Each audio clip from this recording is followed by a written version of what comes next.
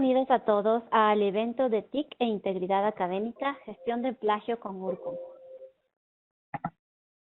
Como requisitos mínimos de conexión, les recomendamos tener un internet de 128 kbps, altavoces de tipo diadema para disminuir el ruido externo.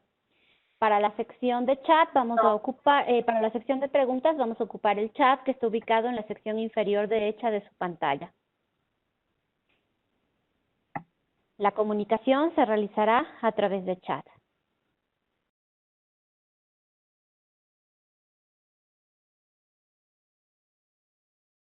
Vamos a presentarles a México.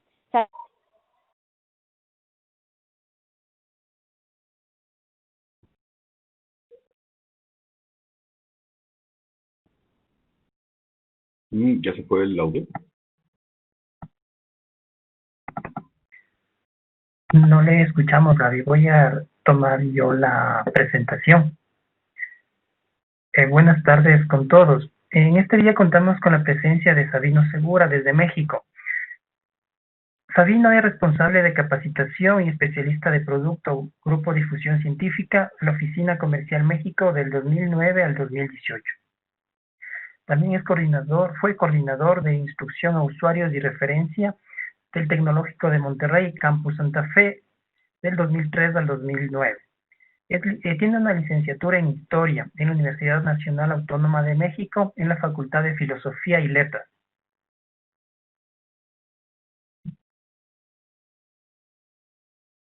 También contamos el día de hoy con la presencia de Renato Landín. Renato es magíster en Informática de la Universidad Andina Simón Bolívar, sede Ecuador, y la Escuela Politécnica Nacional. Es ingeniero de la Escuela Politécnica Nacional de la Facultad de Ingeniería Mecánica. Es profesor de planta de la Universidad Andina Simón Bolívar desde 1997 a la fecha. Es coordinador académico del curso abierto Informática y TICs para organizaciones, administrador de servicio y prevención de plagio, jefe de unidad de informática de la Universidad Andina Simón Bolívar desde 1997 hasta el 2012. Sus temas de interés es en la docencia y la investigación, desarrollo informático y tecnológico en la educación virtual, servicios y redes de comunicación electrónica, estadística y técnicas cuantitativas, indicadores sociales, tipologías y procesamiento de datos. A continuación les dejamos con nuestros panelistas.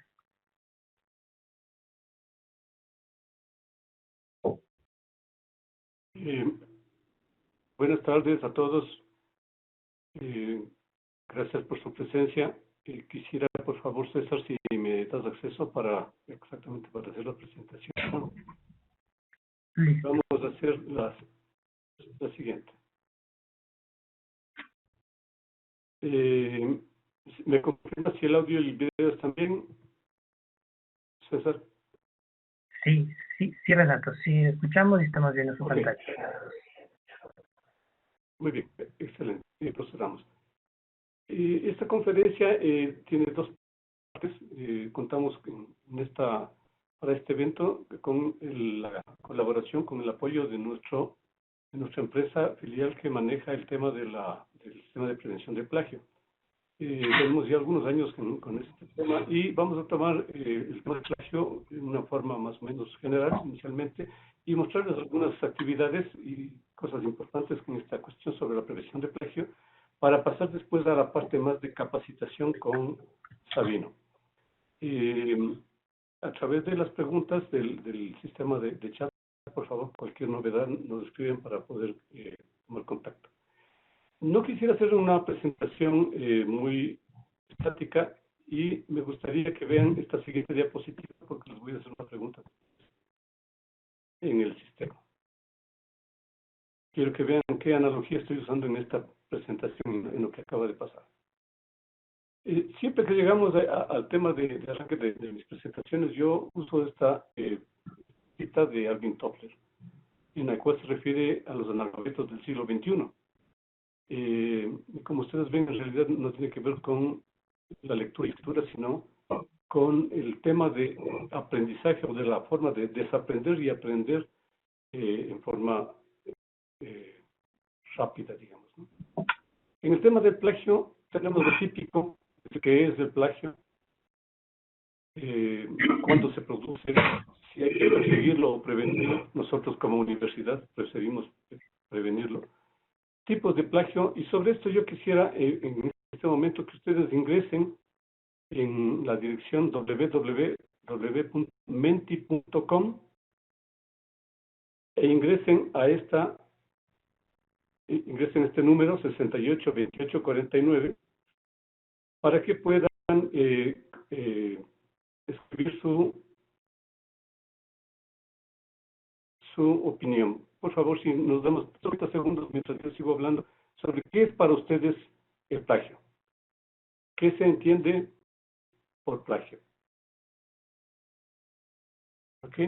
Lo que ustedes pueden escribirnos está bien. Es solamente para interactuar y para poder mostrar respecto el conocimiento grupal o colectivo es importante. ¿Podríamos poner los datos en el chat, Renato? Sí, por favor. Si puedes poner www.ment.com y el número con cualquier navegador, ¿no? Y el número que deben ingresar cuando aparece esta pantalla que están viendo ustedes ahora es 682849.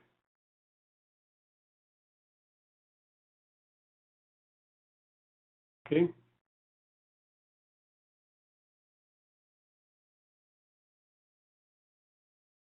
Entonces ahora mismo a presentar las respuestas de dos personas que ya nos han escrito, ¿no es cierto? Dice, hacer propio lo ajeno, apropiación de ideas de otros.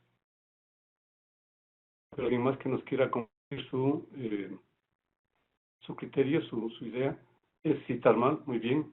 Copiar sin permiso, muy bien, también es una definición muy interesante.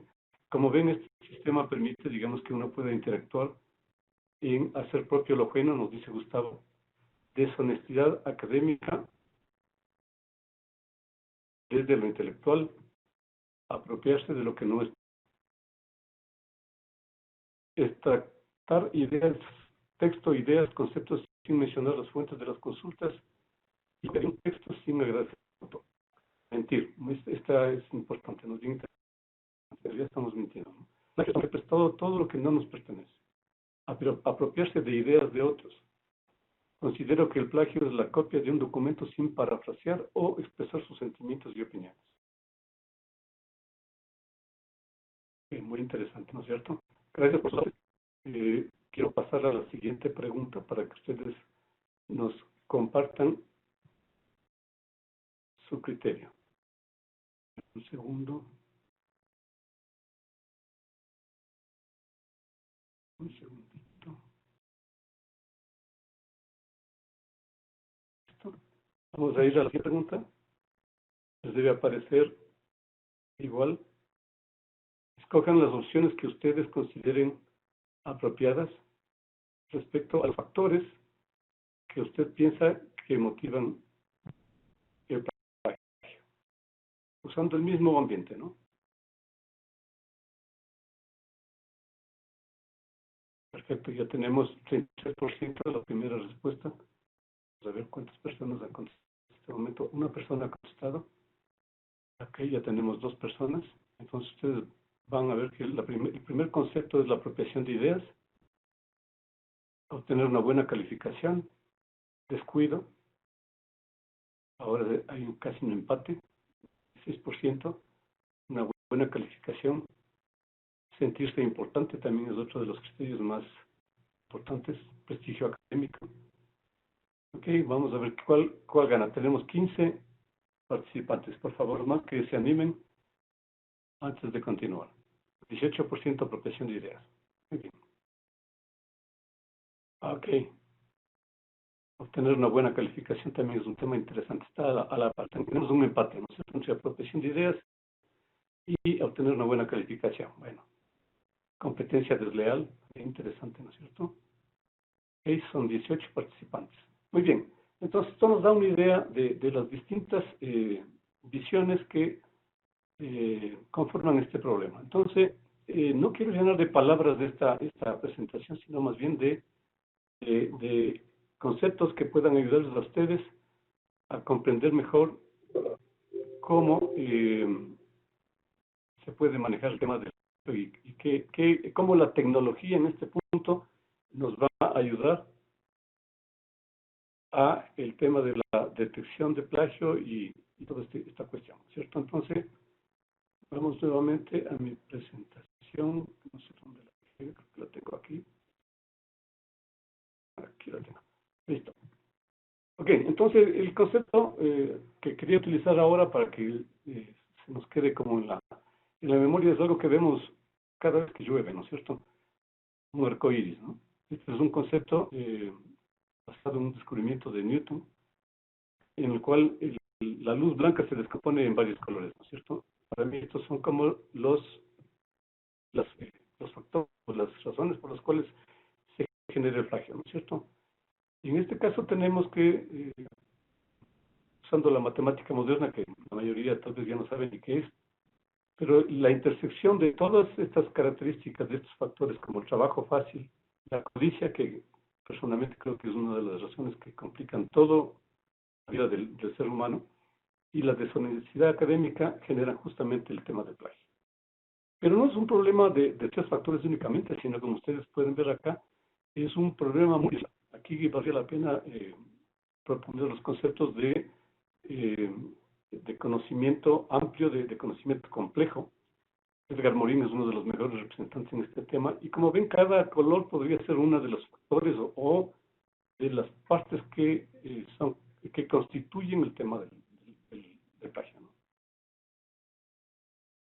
En cualquier caso, esto es la mejor expresión de la corrupción, desde mi punto de vista, porque en muchos casos comienza desde que somos niños, ¿no? Desde que nos acostumbramos a ver cómo copian o cómo alguien no hace lo que está definido, sino lo que a él le conviene o le beneficia. Ok, entonces, en Google, cuando ponemos la pregunta, ¿cuándo cometemos plagio? Y tan simple como aparece, ellos nos ponen cuando copiamos cualquier tipo de multimedia, gráficos, audio, video, páginas web, programas de ordenador, música, gráficos sin decir al autor, sin citar al autor, perdón. Cuando nos basamos en una idea o frase de otro para escribir un trabajo y no citamos el autor de la idea. Ok, entonces he puesto algunos ejemplos igual que espero que les parezcan a menos interesantes. Este sería un ejemplo de un software que yo estoy plagiando, ¿no es cierto? Ustedes ya habrán reconocido de dónde es esta imagen, ¿no? Yo le he puesto como nombre a mi sistema operativo DORS 11.0 en forma de hacerlo, de cambiar el nombre a una forma más chistosa, ¿no es cierto? Como ustedes deben haber visto cada vez que ingresan a su sistema, esta es la pantalla del sistema operativo de Windows 10. Y lo interesante es que este concepto de Windows en realidad tiene una base de Xerox, porque Xerox fueron los que inspiraron esta interfaz de ventanas, ¿no es cierto? Como ven, esto llegó a crear el Windows 1.0, que fue el primer ambiente de trabajo que seguramente casi todos están utilizando ahora. Tenemos como que imagen, es un ejemplo. Como ven, la imagen tiene una protección que dice Deposit Photos, que está en marca de agua con una imagen, aparte de que es una imagen muy bonita.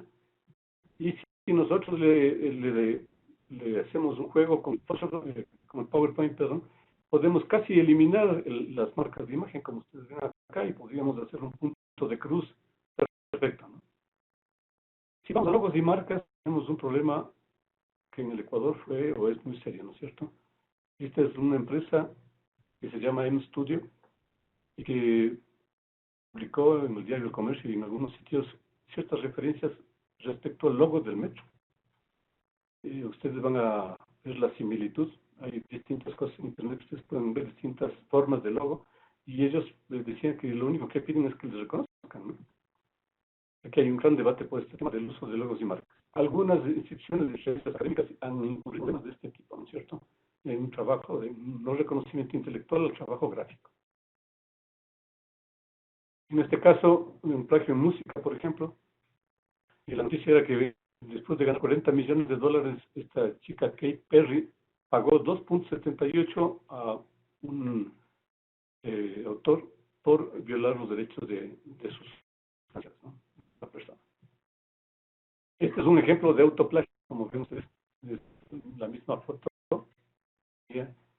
blanco y negro, cuando la original es a colores, ¿no? Ok, entonces esto solamente para dar una idea de los distintos aspectos por los cuales el plagio puede estar muy cerca de nosotros, ¿no es cierto? Siempre tomo esta referencia de Jeff Harvis, periodista, que nos dice respecto al consumo de alimentos: si saber de dónde viene algo que consumimos en la vida diaria es fundamental, también es fundamental conocer la procedencia de la información a la que otorgamos confianza.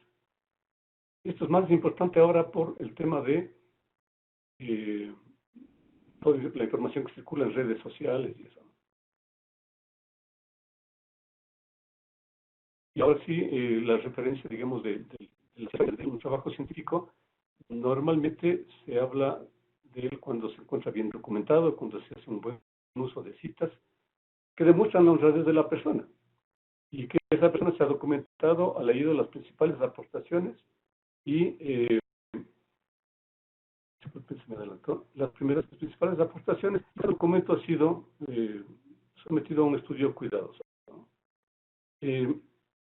Aquí les quiero mostrar esta referencia, por favor, si la pueden ustedes revisar. Estos son los distintos elementos que nos ayudan en el tema de citas, ¿no es cierto? ¿Para qué hacemos? Estos motivos son los que nos hacen que sea importante citar, ¿no es cierto? Dar a conocer trabajos previamente publicados, dar fiabilidad a nuestro trabajo, reconocer los méritos ajenos y permitir al lector ampliar determinados apartados del trabajo. Seguramente esta es la parte más interesante inclusive, ¿no? Ok. Ok, en este punto necesito hacer una pausa.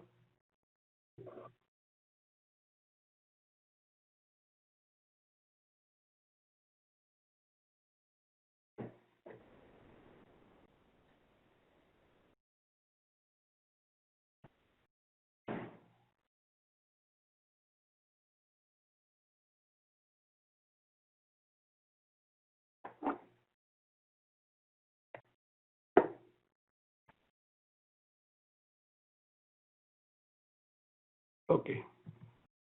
Ok, disculpen la interrupción, un contratiempo doméstico.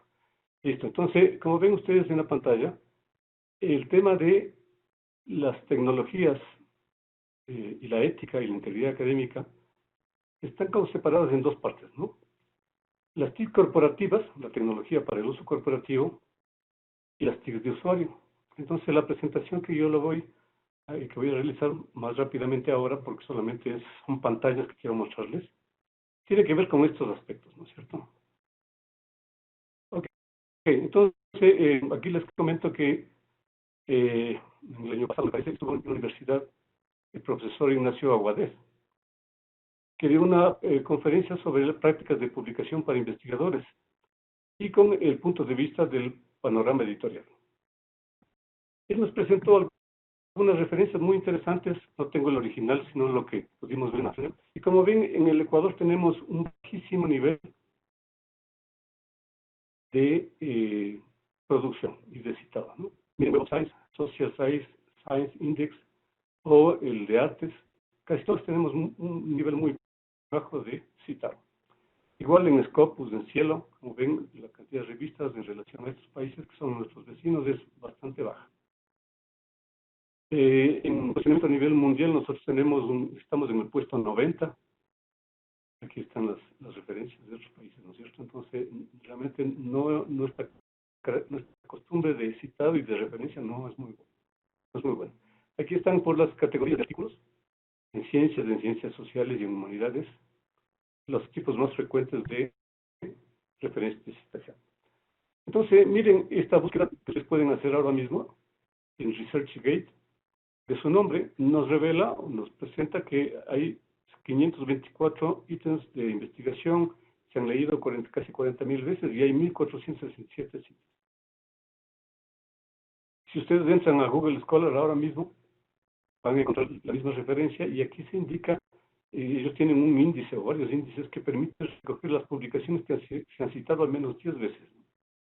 Esto es bien interesante porque nos muestra cómo la tecnología a nivel corporativo permite hacer un seguimiento muy cercano de la publicación. Por ejemplo, aquí se puede ver a este documento que está primero nuevas tecnologías aplicadas a la educación. ¿Cuántas citas se han realizado por año? ¿Sí ven? Eso es bien interesante, ¿no es cierto? Porque cada documento que se cita va quedando una referencia. Y incluso yo puedo seguir qué documentos me está citando. En el primero, por ejemplo, aquí están los otros documentos y que están en academia.edu, en us.es, en España, y así varias referencias. Esta pantalla nos permite ver en la revista Comunicar, que es la que edita, es el editor general, el Ignacio, se puede ver ciertos documentos. Por ejemplo, escogí este de ética y plagio en la comunicación científica, que permite que ustedes vean cómo la referencia permite conocer cuántas veces se han usado en EBSCO, cuántas veces se han capturado en Mendeley, menciones de Wikipedia, o redes sociales o citas de campus. En este caso solo hay 2, ¿no?, de ese documento. Escogí otro de cyberbullying para que se vea, y aquí tenemos como 17 referencias, y hay toda una información que cada vez que uno navega se va agregando al sistema. Este solamente es una visión muy rápida de cómo la tecnología, en este caso en algo que nosotros podemos acceder directamente en Google, va registrando cada acceso, cada uso, cada cita que cada académico va realizando. Ok, ahora vamos a pasar a la parte de ética. En la parte de ética, en la universidad nosotros tenemos desde hace mucho tiempo una normativa, en este caso la normativa de propiedad intelectual, de honradez y propiedad intelectual, y pasar a la siguiente hoja, desde aquí. Perdón, el sitio que ustedes pueden hacer referencia está en www.usb.edu.cl/normas. Y aquí tenemos las pautas, normas para el tratamiento de infracciones contra la honestidad intelectual. Es de esta pantalla de acá, y es la que define cómo funciona la universidad en el caso de que se detecte plagio, que es el tema de esta capacitación que vamos a hacer el día de hoy. Es decir, vamos a ver qué herramientas tenemos a nivel de usuario para el tema de plagio. En el caso de la universidad, tuvimos un primer manual de estilo, después de esta versión de manual de estilo, año, no recuerdo el año exactamente, y esta última que fue, me parece que el año pasado, que es la 5ª edición, que es la que usamos actualmente. Nosotros estamos utilizando Chicago, la versión 16, y todo esto es, digamos, como la clave para mostrarles que hay distintas tecnologías de usuario, a nivel de usuario. Por ejemplo, aquí está una pantalla de Turnitin.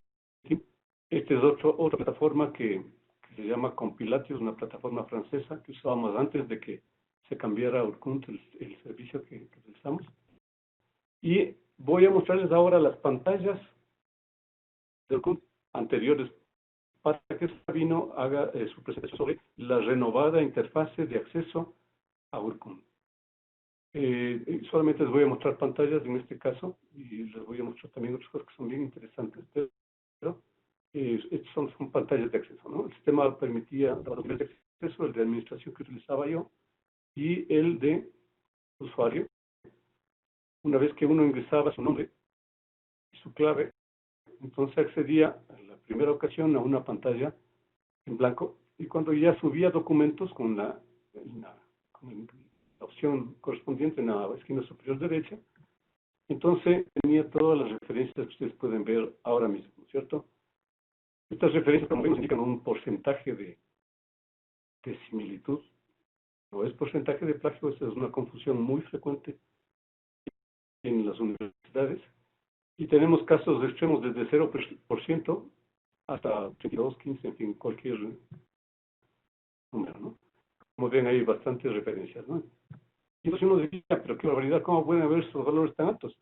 Y en realidad lo que ocurre es que son valores que tienen que ver con el nivel de similitud. Es decir, Urkunt encuentra, Sabino me corregirá, las referencias contra 1 billón de cuentas en Internet, contra todas las tesis de grado del Ecuador y contra todos los documentos en revistas indexadas. Entonces, pensar que uno no va a hacer si hace plagio es ahora que la tecnología y la digitalización ha llegado, es realmente falso, ¿no es cierto? Va a ser muy fácil detectar a alguien que ha plagiado algo, ¿no?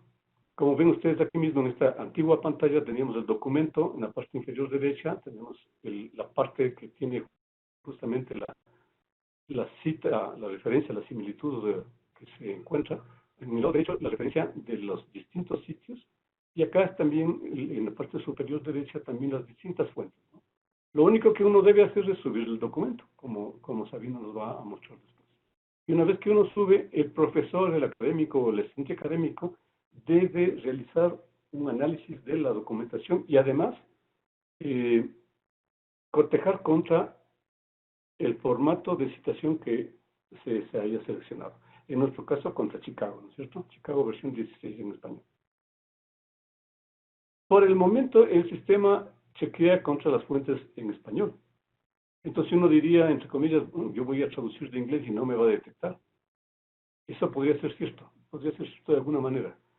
O podría decir, yo voy a tomar unas imágenes y no voy a citar, sino que voy a poner como que yo tomé las fotos o alguna referencia.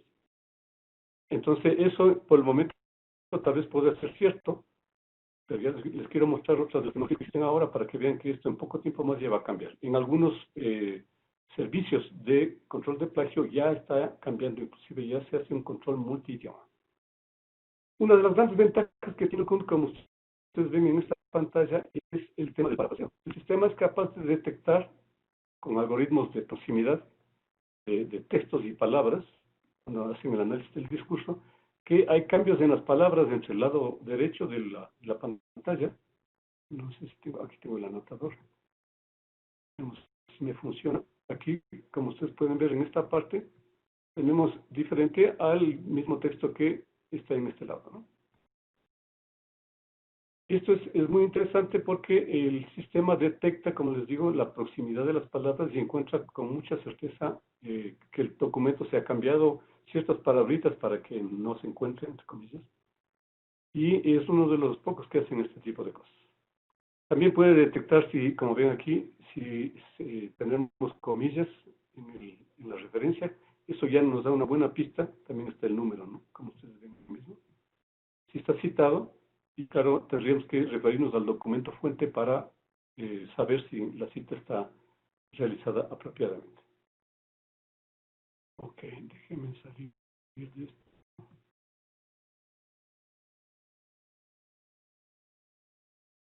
Listo. Entonces aquí hay distintas pantallas de esta misma referencia, ¿no es cierto? La otra cosa que es interesante es la integración por correo electrónico. El sistema le envía a uno un mensaje cuando ha subido el documento y cuando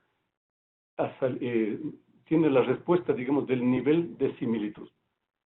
Esto es súper importante y sí quiero ser enfático. El sistema detecta por el momento la similitud, no detecta el plagio.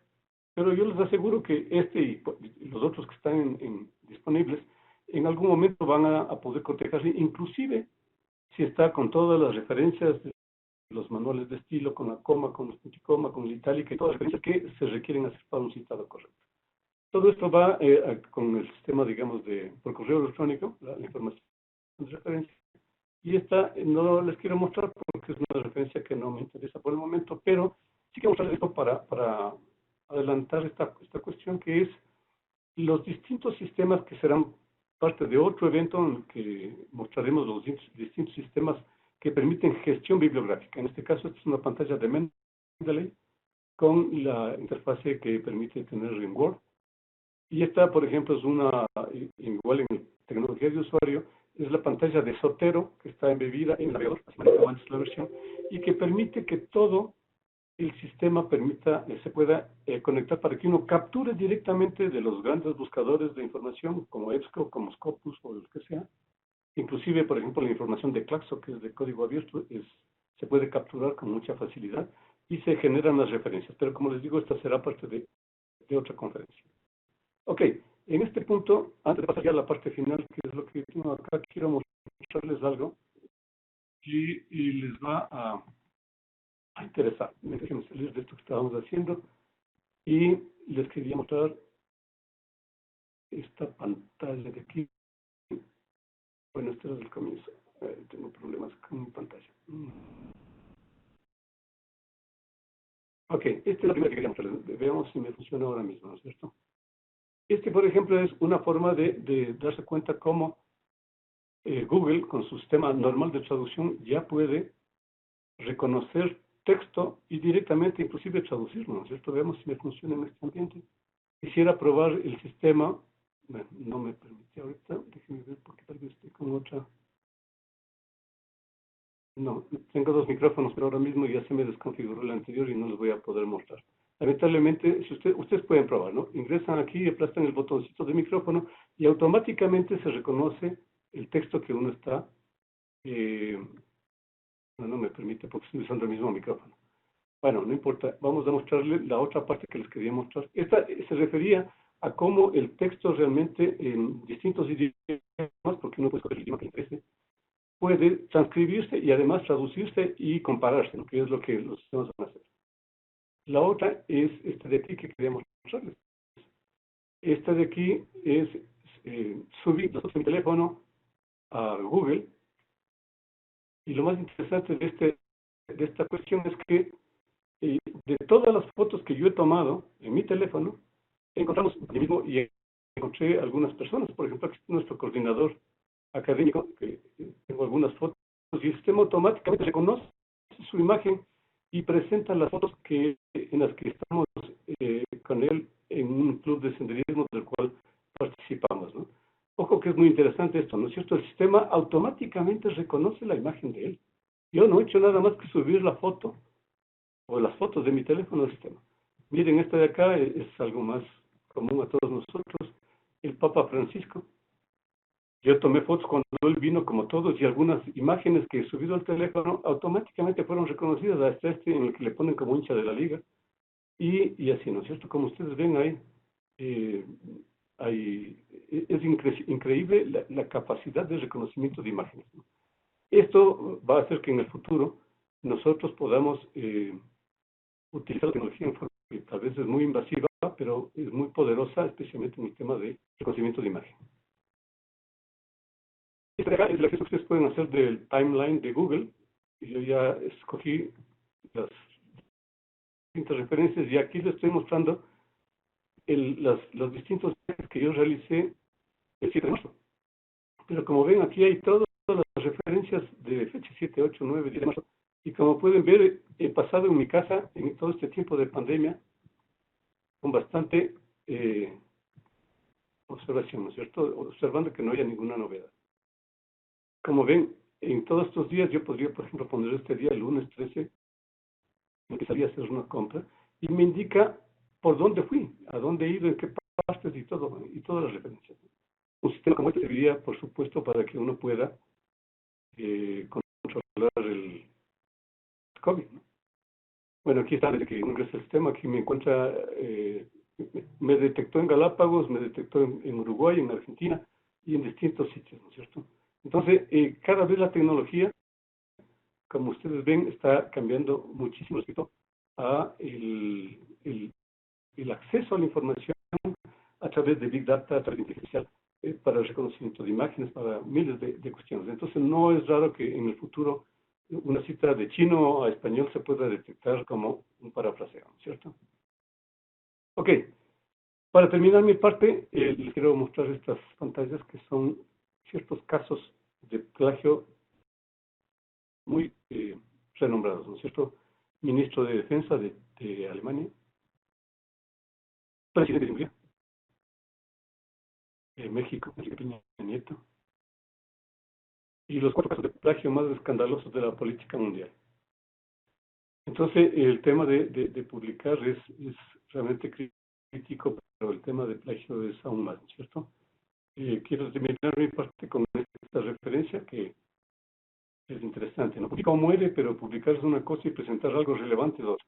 La idea es que lo más importante en nuestro esfuerzo, en el tema de plagio, es prevenir el plagio, es decir, que se enriquezcan nuestros documentos y nuestro trabajo a través de la revisión y la referencia citada de las obras que estamos utilizando para hacer nuestras propias investigaciones o nuestras propias afirmaciones en nuestros ensayos. Ese es el contexto y doy paso ahora a Sabino para que nos pueda ilustrar en la nueva versión que tenemos disponible ahora en Urucom. Muchas gracias. Estas son algunas referencias que les pueden ser interesantes. Especialmente este documento, el segundo, Cómplices del Plagio, me pareció muy interesante. Es una historia de México justamente sobre las razones del plagio. Ok, Sabino, ¿me escuchas?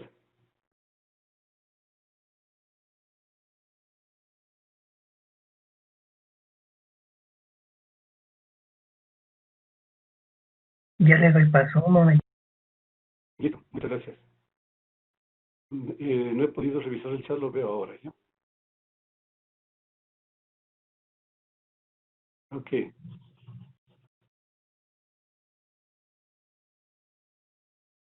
No, Ya, solamente una porque la veo hasta que Sabino se ponga en línea. Y dice una pregunta, ¿cuál sería un porcentaje de similitud aceptable en un trabajo académico? Esa es Sabino, la pregunta, ¿cierto? ya Esa la vamos a me puede contestar. escuchar. ¿Está Sabino? Ok, mientras Sabino se conecta, depende, ¿no es cierto? ¿Recuerdan que había un documento ahí que tenía 0% de similitud? Ese documento tiene muchísimo contenido gráfico, entonces no hay similitud con casi nada porque el sistema no lo detecta. Y también podríamos llegar al extremo en el cual tú tienes una similitud de 40%. Todo está bien, todo está citado con la norma y todo, no es plagio, es solo similitud. Pero la pregunta es si el collage es de 40 o 60%, ¿cuál es el aporte académico que alguien está haciendo, ¿no es cierto? Solo, digamos, nos mostraría que uno es bueno para leer y para pegar, cortar y pegar, pero el aporte académico sería bajo. Entonces, no hay un nivel, porque depende, ¿no es cierto?, los documentos de los abogados de los programas de derecho en los cuales yo doy clase, generalmente suelen ser unos niveles de similitud altos porque se citan normas, se citan reglamentos, se citan estatutos o cosas por el estilo. Y entonces el nivel de similitud suele ser en general un poco mayor que en otras áreas, en otras ciencias. Pero no hay un nivel que uno puede decir que hasta tal nivel se acepta y hasta tal no. Eso es lógico. Yo conozco de universidades que dicen que si tiene más de 15% o si viene su tesis del exterior con más de 20% de similitud, entonces la tesis no se acepta. Eso no es un criterio profesional. ¿Ok? Sabino, ¿nos puede escuchar? Sí, fuerte y claro. Perfecto, dale, Sabino. Perfecto, muchísimas gracias. Yo, como siempre, agradezco la oportunidad de poder conferenciar con nuestros amigos de la República del Ecuador.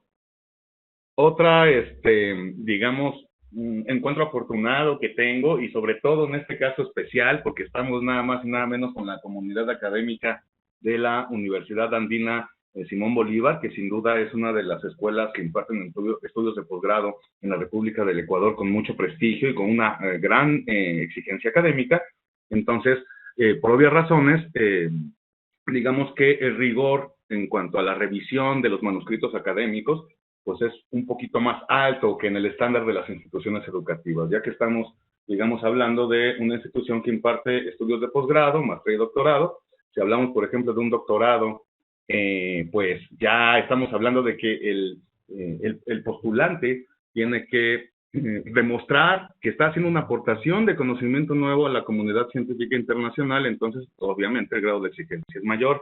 Yo nada más quisiera tocar algunos puntos para reafirmar lo que nos dijo el doctor Renato al principio de su exposición, que prácticamente versa sobre lo mismo, pero no voy a tocar lo que él ya desarrolló de manera magistral con un poquito más de detalle, sino el contexto en el cual se está aplicando esta tecnología en específico, sobre todo con un concepto que últimamente ha estado muy en boga, que se llama integridad académica. En este momento estoy mostrando una imagen que puede ser perturbadora. Quizá en otros contextos académicos, en una escuela donde se imparten estudios de pregrado, esto sea muy similar y sean las únicas teclas que tenga el estudiante en su teclado, ¿no? Muchos docentes incluso me han expresado abiertamente su frustración al momento en que trabajan con estudiantes de pregrado en sus trabajos de investigación y encuentran estas falencias metodológicas de manera muy constante. Algo que sí me gustaría destacar en esta ocasión es que, a diferencia de otros países de América Latina, la República del Ecuador, desde una perspectiva ya incluso gubernamental, como una política nacional, ¿no? ya asumió desde hace ya varios años este concepto que se conoce como integridad académica e incluso definió todo un andamiaje, ¿no?, para tomar decisiones con relación a los resultados que arroja el sistema. Incluso en la actualidad hay un acuerdo ministerial por parte de la CENESID en la que se obliga a todas las instituciones educativas a pasar los trabajos de grado por este tipo de sistemas, el de su preferencia. En este caso, pues bueno, URCUM ha tenido muy buena recepción entre la comunidad académica de la República del Ecuador, y es de los pocos países en América Latina donde esto ya se toma como que con mucha seriedad. Les pongo el caso de México. En México, las instituciones educativas, muchas veces hasta el gobierno les ha comprado estas herramientas y no saben ni que existen, ni que las usan. Entonces, ustedes en ese sentido tienen un gran camino recorrido, mucha experiencia. El mismo doctor Landín ahorita nos ha demostrado que conoce a profundidad del sistema, y ahorita vamos más bien a relacionar aquellas herramientas que él nos mostró con la nueva interfaz. Únicamente me voy a tomar unos cuantos minutos para poder contextualizar el uso de la herramienta. Cuando surge en un principio este tipo de herramientas a finales de los años 90 y principios del siglo XXI, se le daba mucho énfasis al combate al plagio, incluso desde una perspectiva jurídica. Plagio significa secuestro, plagio es un crimen, ¿sí? De ahí la aplicación de estas tecnologías tenía un uso o una inclinación, digámoslo así, punitiva, ¿no? Casi inquisitorial. Vamos a cazar malhechores.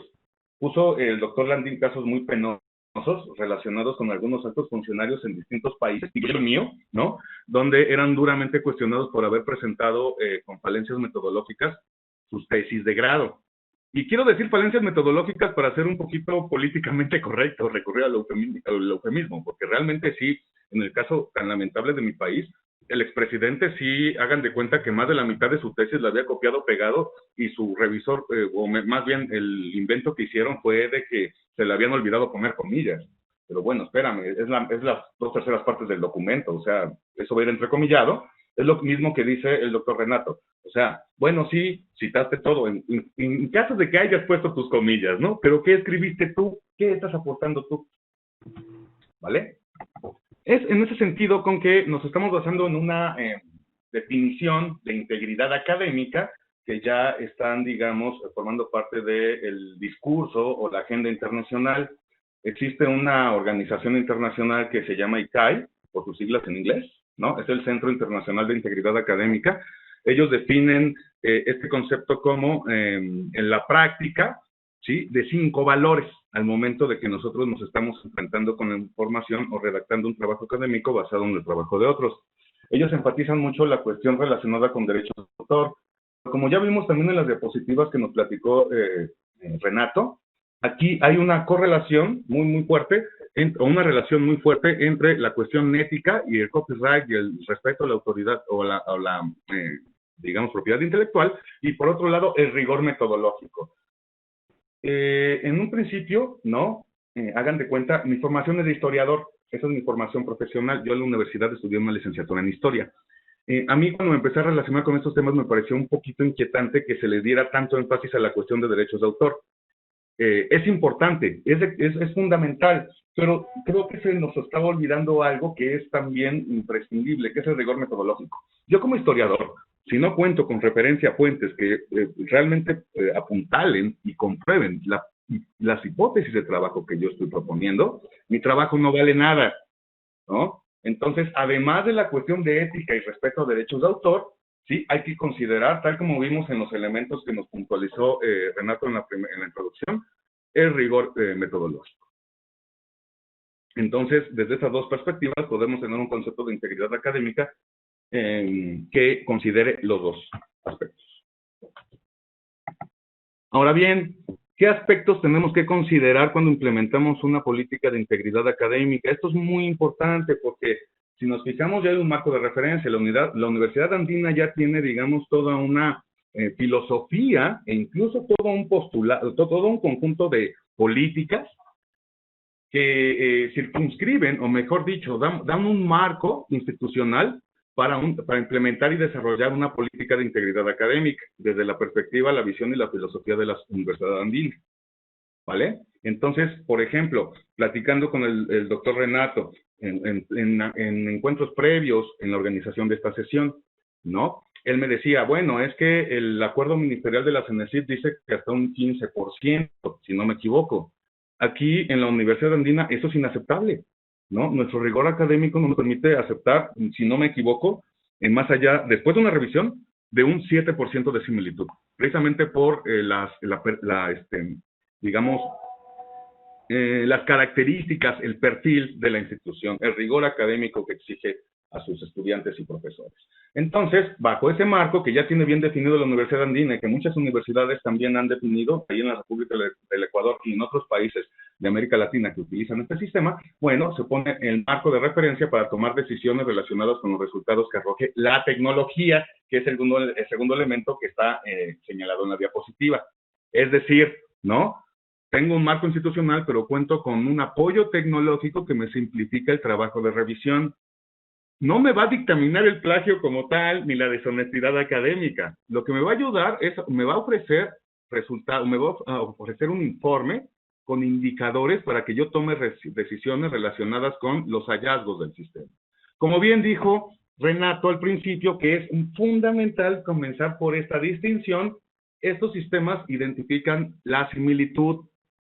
La dictaminación del plagio ya corresponde al tercer elemento, que es el aspecto técnico-metodológico, y este le corresponde al profesor, al revisor, al tutor, ¿no?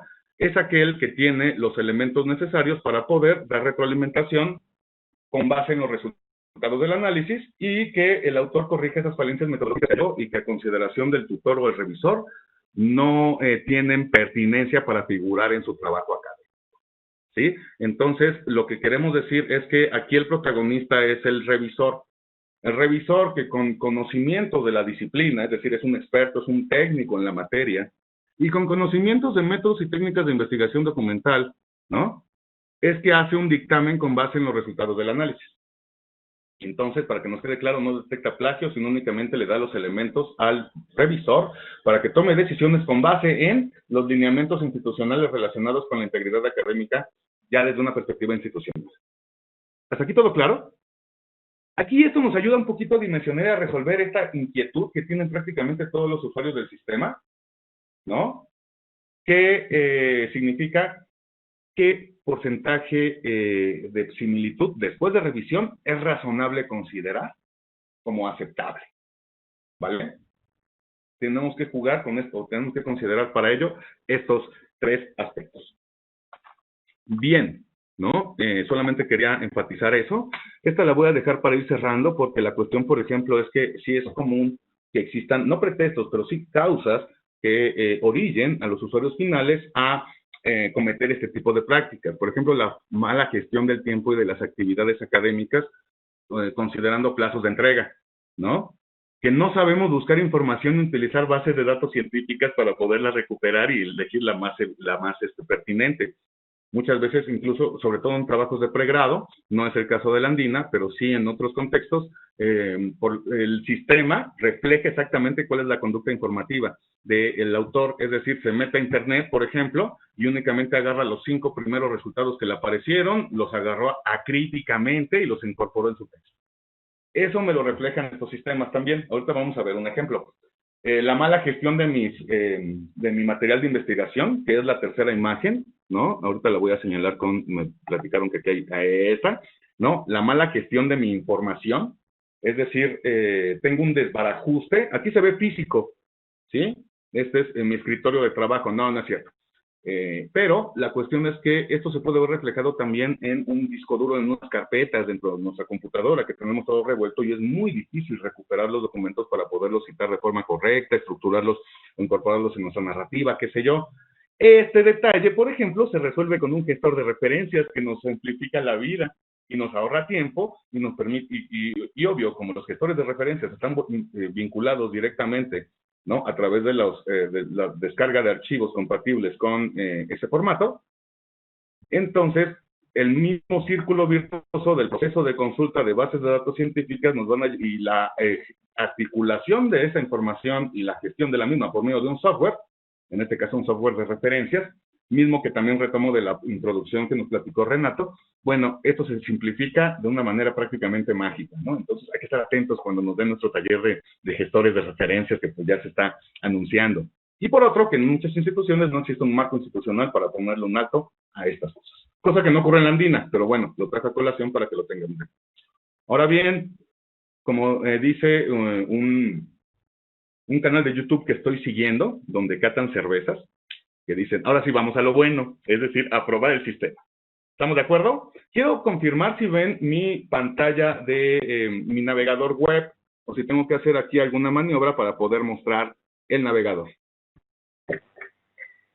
Sí, Sabino, por favor, vámonos a la parte superior. Ahí tenemos la opción de archivo, edición y a la de share. Desde ahí selecciona My Desktop. A ver, es compartir, editar, archivo, ver, audio. ¿Es en ver? Compartir. Share. Edición de compartir. Compartir. Ah, compartir ya. Muchas gracias. ¿Aplicación? No. Quiero compartir. My Desktop. Sí, My Desktop, pongamos. Desktop no hay. Otra aplicación. Escritorio. Mi escritorio. Mi escritorio. Dice inicio, pero no trae la opción de escritorio. Aplicar opción, Camtasia Studio, no. Mire, lo que voy a hacer para no quitar tanto tiempo, a ver, salen algunas otras, escritorio, es que me salen un montón. Google Meeting, Escritorio seleccionado. Notepad, tienen orden alfabético, qué bueno, ya me di cuenta. Escritorio. Miren, si no encuentro escritorio, porque no lo veo. Directamente en compartir tienes la primera opción, escritorio. Ah, ¿sí? Antes de archivo. Si te vas al menú superior. Mi escritorio, abajo, ya, compartir mi escritorio, okay. Ya había. Muchísimas gracias. Y agradezco mucho la paciencia. Aquí está, ¿no? Esta es una vista general del análisis. Hay 3 formas de poder cargar el contenido. Lo puede mandar por correo electrónico a una dirección de análisis el propio estudiante, como es el caso, ¿no? Por ejemplo, aquí Jessie, que les voy a confesar, es mi prima. Ella acaba de graduarse como especialista en gestión de residuos sólidos. Ella es un estudio de posgrado, ella es bióloga de formación. Le ayudé a revisar su tesis a partir de este sistema para ayudarle a incorporar citas, ¿no? Y checar algunas falencias metodológicas o algún detalle que se le haya escapado al momento de hacer su narrativa. Entonces, la pasamos 2 veces. Esta es una segunda versión. Si se fijan, dice seminario 2 corregido. O sea, hay un seminario 1 corregido. ¿Sí queda claro? Este ejemplo lo pongo porque es común que en algunas instituciones, por sus propias políticas de uso, envíen varias veces un mismo archivo o varias versiones de un mismo borrador después de ser corregido. Por eso pongo esta. Porque al momento en que nosotros mandamos un archivo para ser analizado, se queda almacenado en el sistema de Urkun y sirve posteriormente como fuente de contraste. Es decir, si yo mando mi tesis de grado a ser analizada, ya la dictaminan, tengo un dictamen favorable, ya obtengo mi grado, ¿no? Esa queda almacenada en Urkun, y si alguien agarra ese mismo documento y lo quiere reciclar y presentar como propio, inmediatamente el sistema lo va a recuperar y lo va a marcar como 100%, porque es que se envió el mismo documento para ser analizado y se tomó su primera versión como fuente de contraste. Aquí quedó bien, ¿sí me expliqué? En este caso, vamos a considerar que esta es una segunda versión del mismo borrador, es un segundo análisis. Porque en el primer análisis surgieron resultados que llamaron mi atención y le di retroalimentación a, en este caso, Jessie. ¿Estamos de acuerdo? Y aquí están los datos de quién lo remitió. Se remite por correo electrónico a una dirección de análisis que tienen asignados todos los profesores, que se puede ver cuando nosotros entramos en nuestra cuenta de Urkun, en la interfaz de web, ¿no? Del webmail, y aquí podemos ver que todos tenemos asignadas una dirección de análisis. El estudiante manda a esta dirección de análisis su tarea como archivo adjunto e inmediatamente vamos a recibir una retroalimentación del sistema y nosotros, los profesores o revisores, vamos a recibir los resultados del análisis. ¿Vale? Entonces, hay otra forma de subirlo. Si nos fijamos aquí en la misma interfaz web del profesor, ¿no? Su cuenta webmail, aquí en la barra de herramientas, en la parte superior, en las opciones, hay una opción que dice subir documentos. En subir documentos ya puedo definir con qué dirección de análisis quiero trabajar y yo puedo cargar ya directamente mi documento a este formulario para recibir el análisis. Todo bien, ¿verdad? También existe la posibilidad de integrar ya por medio de una API, ¿no? Ya previamente, ya definida incluso, ya está desarrollada, ya únicamente el equipo técnico toma la literatura y el código y lo incorpora de manera transparente para que se pueda utilizar ya automáticamente desde la plataforma LMS que ustedes utilicen. En la República del Ecuador es muy popular Blackboard. Entonces, en caso de que sea Blackboard, ese problema ya está resuelto. En caso de que sea otra, hay que consultar cuál es el LMS que ustedes utilizan para identificar dentro de la literatura ¿cómo se llama? ¿Cuáles son lo necesario para integrarlo en el LMS? Esas son las 3 formas con las que podemos remitir el análisis. Entonces, al momento en que ya nos llega los informes, o el informe de similitud, tenemos al principio, al momento un hipervínculo que nos remite a esta vista general del análisis. Aquí, en este gráfico, vemos las dimensiones totales del documento. Las áreas señaladas, en color naranja, nos indican los segmentos del documento donde el sistema encontró similitud. Si yo posiciono el cursor, inmediatamente voy a poder visualizar el contenido y la fuente de contraste que halló el sistema. Eso es como vista general. Y también puedo ver de dónde salió. Ahora bien, nos vamos a regresar a la vista general y vamos a ver que existe también un resumen de las coincidencias. Aquí podemos ver que en cuanto a coincidencias se identificó 75 párrafos, en los cuales hay 75 fuentes donde el sistema halló coincidencia. Y también aquí el elemento de lo que platicábamos al principio es versión beta, que está en desarrollo, ¿no? O sea que todavía es posible retroalimentar a los desarrolladores para que se pueda ir mejorando paulatinamente. Entonces aquí ya se identifican algunas opciones, ¿no? En las cuales nosotros podemos verificar si alguien tomó información publicada en inglés, la incorporó en una versión en español propia y no está citando el material. Para ver los detalles, nos vamos aquí a el resumen de similitudes. Una vez que estamos aquí, podemos visualizar que tenemos un hallazgo, 100%, mejor dicho, 1 a 1, de los hallazgos del sistema, párrafo a párrafo, con el contenido que halló, indicándome las diferencias. Esto es lo mismo que vimos ahorita en el análisis 1 a 1 que nos mostró el doctor en las diapositivas, pero en la nueva interfaz. Esto es para simplificar y darle una mayor visibilidad y que ustedes tengan digamos, un acercamiento mucho más ergonómico con el despliegue del contenido, ya que aquí ya ustedes pueden ir navegando entre las distintas secciones del análisis. Aquí puedo ver coincidencias. Es similar a los 2 cuadrantes inferiores que nos estaba mostrando Renato, donde podíamos ver en la cromática el color amarillo qué cambios había hecho el autor y en color rojo qué había quitado. Esta es la portada. Obviamente las portadas son igualitas. Si nos vamos al caso de la República del Ecuador, si analizamos el documento completo, podemos ver que el sistema identifica obviamente aquellas coincidencias y si las portadas de las tesis de grado son igualitas prácticamente en todo el país, obviamente va a salir un amplio porcentaje de similitud si analizamos las portadas. También pasa lo mismo con las referencias. Afortunadamente ustedes usan Chicago, que ya tiene otra sintaxis distinta. Prácticamente la gran mayoría de las universidades en la región utilizan formato APA. Entonces, si nosotros citamos en APA, va a haber mucha posibilidad de que se hallen esas coincidencias en otros documentos que citen en el mismo estilo, la misma literatura que nosotros. Como mejor práctica y para evitarnos estos detalles y no nos arroje tanto ruido el sistema con sus hallazgos, podemos como política establecer que solo se mande el cuerpo del documento analizado. Es decir, eliminando los segmentos que pueden ser similares, o que hay mucha posibilidad de que sean similares con otros documentos afines, ¿no? En este caso, tesis de grado. Entonces, quito la cubierta, quito las referencias y ya analizo el contenido completo. Desde esto también es posible verlo. Si yo quiero tener una visión panorámica de mi documento para poder identificar las fuentes, dónde citó, cuáles son las referencias, nos vamos a documento completo, a la pestaña. Y aquí es donde podemos tener una visión panorámica de todo el documento, lo cual nos va a ofrecer grandes ventajas y es algo que no tenía la anterior interfaz. ¿Vale? Aquí yo puedo ver los hallazgos del sistema.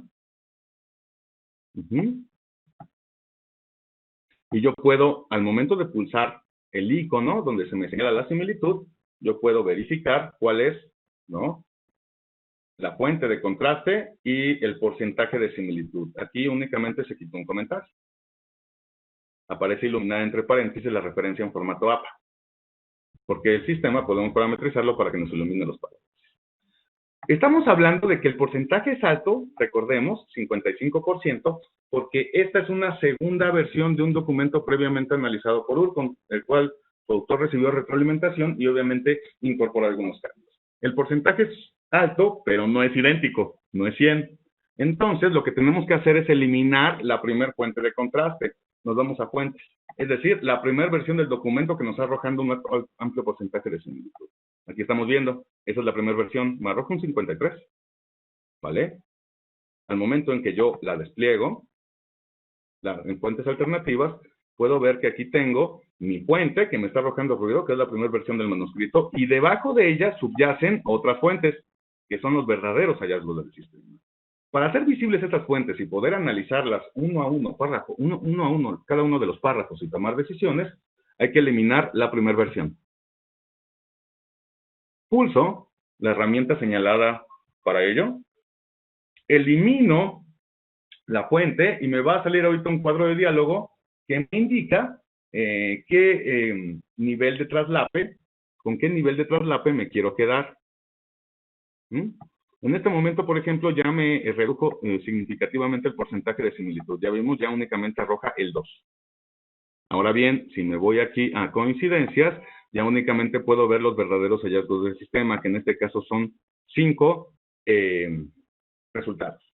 Obvio que ya bajo nuestros estándares quizá esto ya sea aceptable, pero sí es razonable y sí se recomienda que a pesar de que sea un porcentaje bajo, sí hacer una revisión de los hallazgos. Por ejemplo, aquí me quitaron lo que aparece figurando en rojo y lo que aparece figurando en amarillo. Esto se quitó y esto se cambió. Por eso es distinto. Aquí, digamos que lo que hubo fue que se cambiaron la fauna, ¿no? Y se ordenaron con viñetas las patologías, por ejemplo. Obviamente, pues esto quizá ya a criterio del profesor sea o no sea una mala práctica. Entonces, si el profesor, con base en la escala de similitud de la política institucional de integridad académica. 2, el conocimiento del estilo de los métodos y técnicas de investigación documental. Y 3, el dominio de la disciplina, tome las decisiones y elimine o agregue el párrafo hallado o el hallazgo del sistema al porcentaje de similitud. Si yo lo quito, por ejemplo, baja radicalmente. ¿Sí? Ahora bien, dentro de la versión beta, para verificar cuáles son otras versiones del documento que pueden haber, donde existen las coincidencias, ¿no? Y que hay mucha probabilidad de que se haya tomado de literatura en inglés y no se haya citado. Por ejemplo, aquí lo podemos ver. El párrafo 14 del 19, ¿no? Tiene esta similitud con este documento que figura, ¿no? En un sitio de una organización no gubernamental. Ya tendría yo como docente que verificar si esa información es confiable. Lo que yo sí les quiero platicar es que URCON me hace una radiografía metodológica del documento. Me permite identificar si este autor es capaz de citar correctamente y manejar un estilo de citación, si puede hacer una paráfrasis en tiempo, o sea, con todas las de la ley, si utiliza fuentes confiables de información y es capaz de discriminarla, ¿no? Si sabe cómo resumir las ideas de una obra, cuándo intercalar o incorporar citas textuales, ya sea para comprobar una hipótesis o fortalecer un argumento, y pues prácticamente nos da la llave para que podamos identificar las áreas de oportunidad. En caso de alumnos de pregrado, por favor, les digo, por ejemplo, ¿no? Y poderlos retroalimentar para que vayan refinando esas habilidades necesarias para poder hacer investigación. Y en el lado de una escuela de estudios de posgrado, pues les permite evitar ese tipo de prácticas, inhibirlas, pero además, ¿no? Sobre todo el investigador, de repente, no me dejarán mentir, también le gusta pasar sus propios manuscritos por estos sistemas. Aquí en México le decimos curarse en salud, es decir, prevenir que a él mismo se le haya olvidado poner unas comillas o referir una fuente. Entonces, al momento en que hace este previo análisis por sí mismo, puede corregir estas falencias que se le puedan haber escapado. Entonces, también es una práctica común que el propio investigador corra antes su artículo o su ponencia y sobre todo, pues bueno, ustedes como tesis de grado en cuanto a maestría y doctorado, pues les va a dar la certeza que, que estas prácticas se van a eliminar paulatinamente o van a ser identificadas de forma inmediata. ¿Dudas?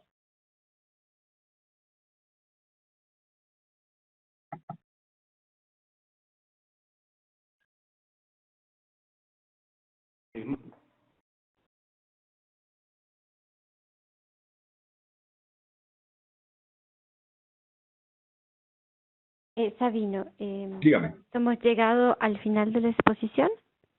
No, básicamente ya de lo que tenía que explicarles de la interfaz y los cambios relacionados con la exposición o con el antecedente de el doctor Renato, digamos que sí. En caso de que haya alguna inquietud a lo largo de la exposición que hayamos dado y que se hayan presentado las preguntas en el chat, pues para darles tiempo también para resolverlas, porque de repente también se presenta dinámica, polémica, pues adelante. ¿Cómo ves, Gaby? Ok, dejemos de compartir la pantalla, por favor. Perfecto, claro que sí. Ivancito, ¿me das paso como expositor, por favor? Compartir mi escritorio, compartir archivo. Tener el uso compartido. Listo. Y voy a bajar mi cámara para optimizar ancho de banda. ¿Está bien? Sí, perfecto. ¿Me ayudas con el presentador, por favor? Agradecemos a Renato y Sabino por su exposición y vamos a dar paso a las preguntas que hemos encontrado en el chat. Renato, tenemos una pregunta para ti de Rosario Díaz que nos dice, ¿cómo se puede reconocer un documento plagiado? Rosario, esta es bien interesante. Recuerdo la diapositiva que pasé al principio cuando yo presentaba la pantalla de Windows 10 y le ponía como nombre DOORS de versión 11. Para un profesor experimentado, darse cuenta de que un documento no es del estudiante es relativamente simple, porque tú sabes cómo escriben tus estudiantes, tú has leído sus trabajos, tú conoces, digamos, aquí decimos de qué pata cojea cada uno, ¿no es cierto? Entonces, si uno ve de pronto un texto perfectamente bien escrito y que hila muy bien y maneja todo cuando recién estás comenzando, digamos, a trabajar, uno automáticamente sospecha, ¿no es cierto? Casi no necesita subir a Orkun para darse cuenta de que el documento no es del autor. Eso te podría decir, digamos, como una respuesta así rápida, ¿no es cierto? Hay cosas que son obvias, ¿no es cierto?, que no son de la persona, pero eso es un tema de experiencia del docente. En cuanto al sistema mismo, una vez que uno sube el sistema, si uno ve que existe una gran cantidad de similitud, entonces inmediatamente uno sospecha, ¿no es cierto? Como decía Sabino, inclusive cuando es bajo uno debería revisar las referencias. Eso es cierto. Y aquí tal vez una aclaración para que no queden dudas, ¿no es cierto? Existen algunas universidades que tienen mínimos aceptables de similitud. ¿Ya? No creo que existan mínimos aceptables de plagio. En la universidad no tenemos el mínimo aceptable o el máximo aceptable de plagio es 0. De similitud tú puedes tener una cantidad determinada de acuerdo a lo que se está tratando. Pero no tenemos un número específico que sea el que tú tienes que alcanzar o no sobrepasar para que un trabajo se acepte o no se acepte. Depende del contexto, ¿no es cierto? La similitud es solamente la referencia de que cierto contenido de su trabajo se encuentra en otro documento. Pero eso no quiere decir que sea un plagio, ¿no es cierto? Había una pregunta de un compañero también que mencionaba eso, ¿no es cierto? O sea, si todo está citado y la referencia es exacta, ¿es plagio? No, no es plagio. O sea, plagio sería si yo no citaría a la persona, a quien escribió el artículo. Aquí hay algo también muy interesante. Como ustedes ven en las TICs institucionales, hay todo un seguimiento sobre el tema de quién cita a quién y toda esa referencia, ¿no? Lamentablemente hay una especie de mafia, si puede decirse de alguna manera, en este tema, ¿no es cierto? Hay muchos académicos que acuerdan citarse endogámicamente, digamos, ¿no es cierto? Yo te cito a ti, tú me citas a mí para mejorar nuestros estándares de citación. Eso ocurre en ciertos lugares e inclusive algunas de las grandes editoras, para poder considerar trabajos, tienen un costo, digamos, uno tiene que hacer pagos para que se pueda subir el material. Esto ocurre en el primer mundo y en nuestro mundo, digamos, en Latinoamérica especialmente, hay muchas iniciativas de acceso abierto, como las de Claxo, por ejemplo, de Cielo, de Redalic, que ustedes pueden encontrar en nuestro sitio web de la universidad, que les da acceso, son públicas, pero pueden encontrar ahí si no saben la dirección exactamente, y pueden consultar directamente. Y todas esas referenciadoras también trabajan, pero no en un esquema de uso comercial. En realidad el planteamiento es que el conocimiento debería ser un conocimiento abierto y debería facilitarse a la investigación, digamos, el acceso a las fuentes de información. En el otro caso, en el caso de las tecnologías corporativas, normalmente uno debe suscribirse a sistemas muy caros de acceso. Por ejemplo, Scopus, si no estoy mal, costaba como $70,000 de acceso en algún punto, no recuerdo muy bien, pero era algo muy prohibitivo para las universidades ecuatorianas. Tanto que se asociaron para poder tener un acceso como consorcios de universidades, ¿no? Entonces, el acceso abierto realmente es lo nuevo en el mundo y en mi tema, que es el tema del software y desarrollo informático, el uso de plataformas abiertas es actualmente muy importante, muy fuerte el uso de sistemas con acceso abierto. Es más, los teléfonos mismos, los nuevos teléfonos que usan Android, casi todos tienen la posibilidad de tener acceso abierto al sistema operativo y a las aplicaciones. Entonces eso es una gran ventaja porque permite construir sobre los sistemas, ¿no es cierto? Ok, esa sería mi respuesta ahorita.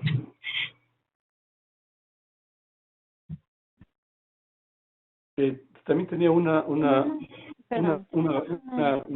notita sobre lo que decía Sabino, sobre el tema de curarse en salud. Esto es bien interesante y tenemos una cosa que suele ocurrir en la casa de la universidad y en todo lado, ¿no? A veces los estudiantes nos preguntan, ingeniero, ¿nos puede ir subiendo la tesis para ver si no hay plagio? Esto es una cosa un poco extraña. Yo estoy de acuerdo con este de curarse en salud porque a veces uno tiene una omisión de alguna cosa, pero no puede tener una omisión de 15%, ¿no es cierto? O demás. Lo que yo suelo decir a los estudiantes es, pero si tú escribiste el ensayo o escribiste la tesis, ¿por qué dudas que tengas plagio? O sea, y con esto también quisiera responder a otra pregunta del compañero, no tengo el nombre ahora. Él nos dice, ¿dónde está? No recuerdo dónde está, ¿no es cierto? Él nos dice si nosotros podemos poner un documento, entre comillas, o hay parafraseos, si esto es plagio o no es plagio, y cuánto se acepta. Digamos, lo que les quería decir de aquí es que si está citado el documento, uno no tiene problema, en teoría, pero ya cambia hacia el valor académico en sí mismo, ¿cierto? No debemos confundir el plagio, la cita textual, el parafraseo. Todos son, digamos, partes del mismo tema. Lo importante es que uno haga referencia porque uno debe reconocer los derechos de la persona que hizo el primer reporte, ¿no es cierto? Esa sería un poco la cuestión. Gracias, Renato. Vamos a pasar con unas preguntas para Sabino. Sabino, Susana nos pregunta, ¿se puede considerar una confusión entre plagio con el parafraseo? Y a esto Jorge dice, párrafos copiados textualmente que estén con referencia, ¿se consideran plagio y hasta qué porcentaje serían válidos? No, excelente pregunta. Y esto es muy polémico. Ya incluso Renato lo ha tocado en varios puntos a lo largo de su exposición. Si el sistema, por ejemplo, identifica, ¿no? Una similitud del 100% en un párrafo, pero el revisor se da cuenta que está entrecomillado y debidamente referenciado, no es plagio, es similitud. Metodológicamente es correcto. Yo le elimino de los resultados del sistema para que no se cargue el porcentaje final y el autor no salga afectado, ¿no?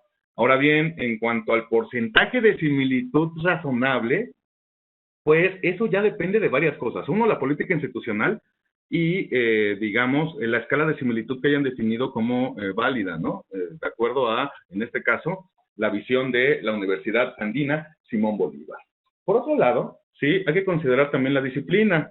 Voy a retomar otra vez los comentarios de Renato. Los abogados citan mucho. Si no citan la ley textual como tal y varias veces, no pueden demostrar sus argumentos ni trabajar. Entonces, obviamente, considerando esos bemoles, pues un porcentaje de similitud en un trabajo de derecho puede ser, o es razonable que no sea tan limitado, pues. Lo mismo puede pasar, por ejemplo, con el caso de la historia. Yo les platicaba que había estudiado una licenciatura en historia. También los historiadores citamos mucho, ¿no? Obviamente que si la mitad de mi trabajo son citas, ¿qué escribí yo? ¿Cuál es mi aportación? Como bien nos decía el doctor Landín. Entonces, a partir de ahí, nosotros tenemos que tomar como referencia estos bemoles para tomar una decisión justa, ¿sí? Me imagino que en un documento de matemáticas puras, la similitud es inadmisible, o en el desarrollo de un algoritmo en lenguaje de programación.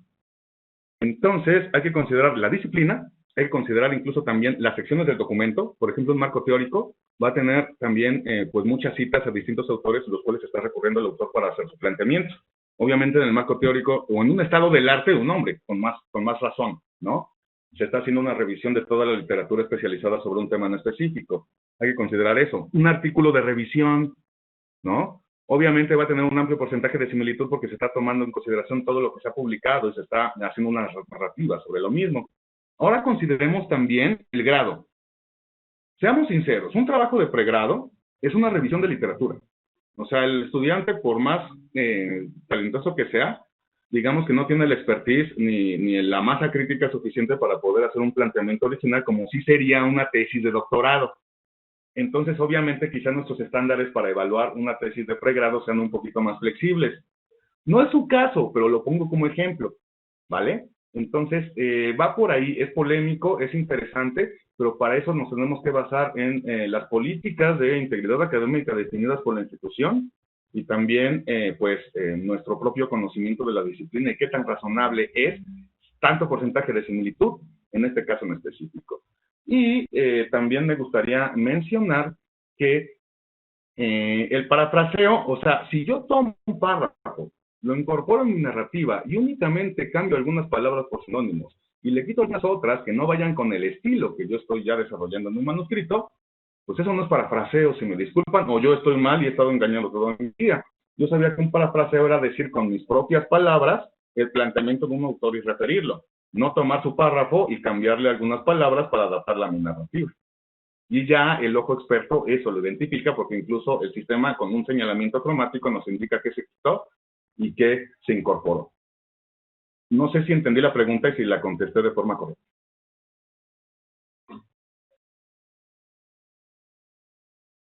Ok, vamos con otra pregunta para Renato.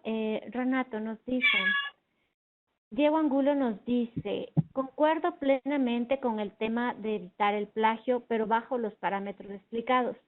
Cuando los medios digitales irrumpen en el campo de la privacidad de las personas, porque cualquier escrito puede ser similar sin necesariamente ser un plagio o un parafraseo, ¿verdad? Sí, eso totalmente. Ay, perdón, yo estoy de metiche. Adelante. Dale. No, adelante, por favor. O sea, bien interesante. No tuve tiempo para ver la referencia, pero hay una referencia muy buena en Internet que menciona que cuando uno escribe más de 14 palabras, 12 palabras, la posibilidad de que uno redacte igual a otra persona o haga un texto similar es de 1 en 1.000.000. Es increíble, aunque parezca extraño. La redacción es como la huella digital. Cada persona redacta igual. O sea, cuando alguien a uno le dice, es que yo redacto igual que Ferrajoli, no puede ser. O sea, es que he leído tanto que ahora estoy, hablo tan igual que por eso estoy redactando igual. Eso no existe. O sea, cada cual en su construcción cerebral y en su construcción del lenguaje tiene características específicas en la forma como se los párrafos y cómo conecta las ideas. Entonces, no hay posibilidad cercana. Si alguien quiere, yo le puedo mandar la referencia. Escríbanme a mi correo electrónico que les puse en la pantalla. Es renato.landin@usb.edu.es. Y como van a ver ustedes, no hay un argumento que diga que sí está parecido, pero yo no he copiado ni he leído a nadie. Es coincidencia que está igual. No es así. O sea, estadísticamente está comprobado eso. Déjame ver, sí, eso era lo que les quería decir. Otra cosa que también olvidé en la parte anterior, cuando hablamos del curarse en salud, cuando alguien te pide a uno que suba el texto, yo siempre pienso dos veces, porque muchas veces alguien tiene dudas de si su documento tiene plagio o no tiene plagio, porque ocurren casos que se mandan a hacer trabajos. Y entonces uno quiere asegurarse o curarse en salud porque no hizo trabajo, o de algún otro lado, o alguien le dio haciendo, ¿no es cierto? No conoce su documento. Si conoce su documento, no debería tener ese recelo. Podría ser que uno olvide una cita, sí, es cierto, pero no es lo común. O sea, normalmente, si tomó la cita y la perna en el documento, también puede poner la referencia. O sea, no es un tema de que uno se olvidó y no lo puso, ¿no es cierto? Puede ser un caso de, eventualmente, cuando es un documento muy grande y hay referencia, tal vez. Pero por eso es importante el uso de gestores bibliográficos, ¿no es cierto? Entonces, estén atentos al próximo evento que haremos sobre ese tema, que les va a ser aún más interesante porque nos ayuda justamente a automatizar todo el tema de recolección de fuentes y de citación. Ok. Gracias, Renato. Vamos con una pregunta más para Sabino. Sabino, vamos a hablar de Urkun específicamente. Nos dicen Paul Pérez.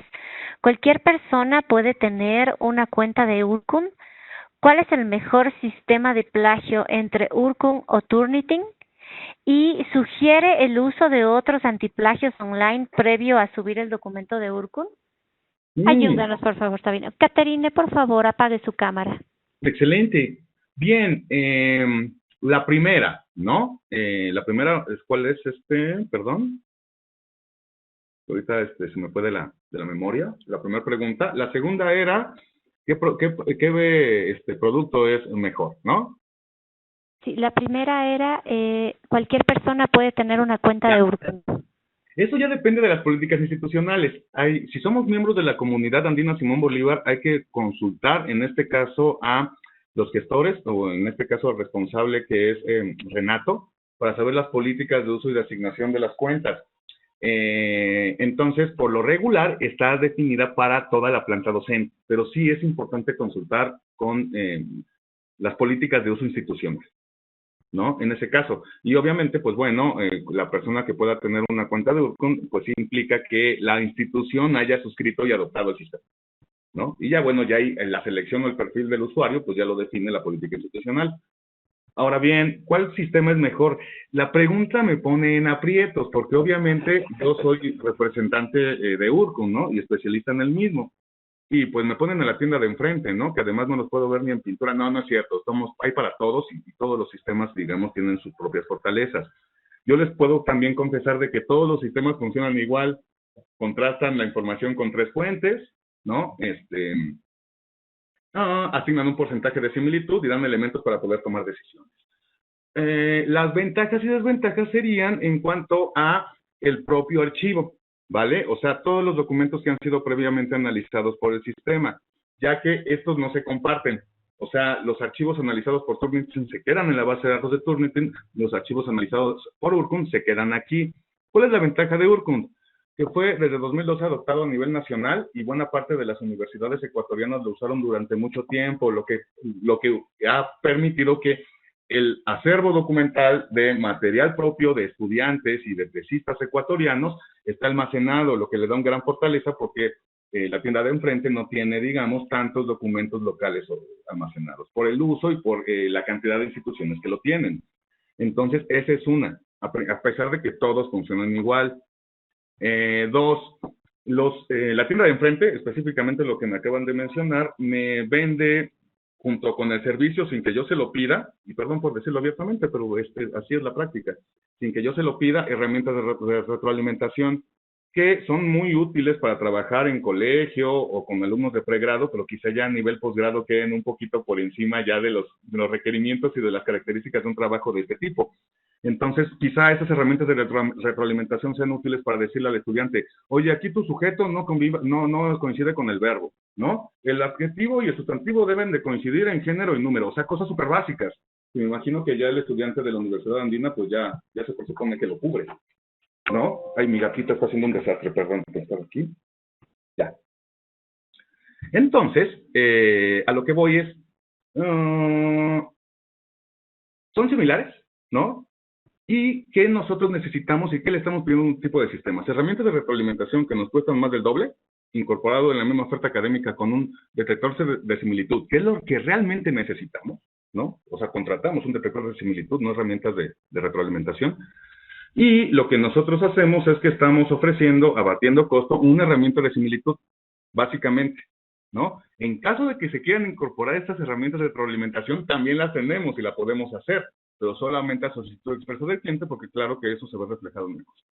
Esos son como algunos de los elementos diferenciadores con respecto a las alternativas que existen en el mercado. Pero se me escapa una pregunta. Ya contesté las dos primeras. Una te falta. Decía, ¿sugieres el uso de otros antiplagios online previo a subir el documento en Urcon? Es que no, o sea, los antiplagios online, por ejemplo, si tengo cuenta con Turnitin, quizá ya nada más por pura curiosidad puedo analizar el mismo documento en los dos sistemas para hacer un comparativo y ver cuál tiene mayor eficacia. Ojo, que un sistema detecte más similitud no significa que sea más exhaustivo o más robusto. Hay un fenómeno que se llaman falsos positivos, ¿sí? Urkund es el sistema antiplagio que detecta y recupera menor número de falsos positivos para simplificarle al docente, al revisor, el trabajo de revisión, ¿no?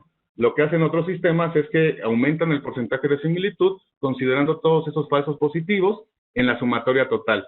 Entonces, aquí, por ejemplo, conectores, monosílabos, frases hechas y todo aquello que sea tan común en los documentos es recuperado por otras opciones. Aquí no, aquí el algoritmo lo elimina para darles a ustedes únicamente lo más relevante. Entonces, quizá ahí, pues, para comparar los resultados, pues podamos hacer recurrir a dos o tres herramientas antiplagio.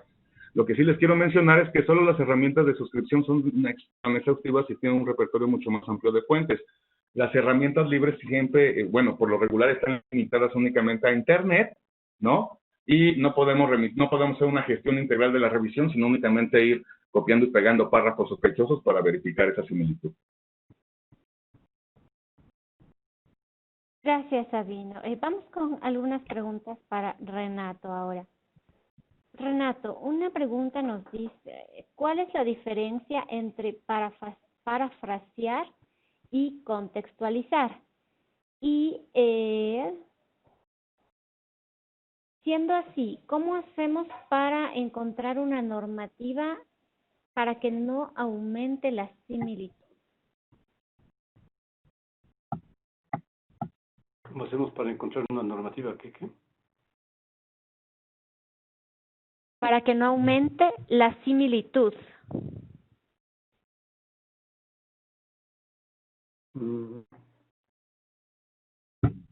A ver, no sé si soy el más apropiado para contestar esa pregunta, pero se supone que el parafraseo permite que uno, tomando los elementos de una cita, pueda explicarlo en la forma más apropiada para lo que uno quiere desarrollar. Entonces, el parafraseo justamente es una forma, una forma de manejar, digamos, la información, la referencia, para que nuestro planteamiento pueda tener un mejor contexto. Entonces, como que van de la mano o permiten que los dos elementos se puedan conjugar.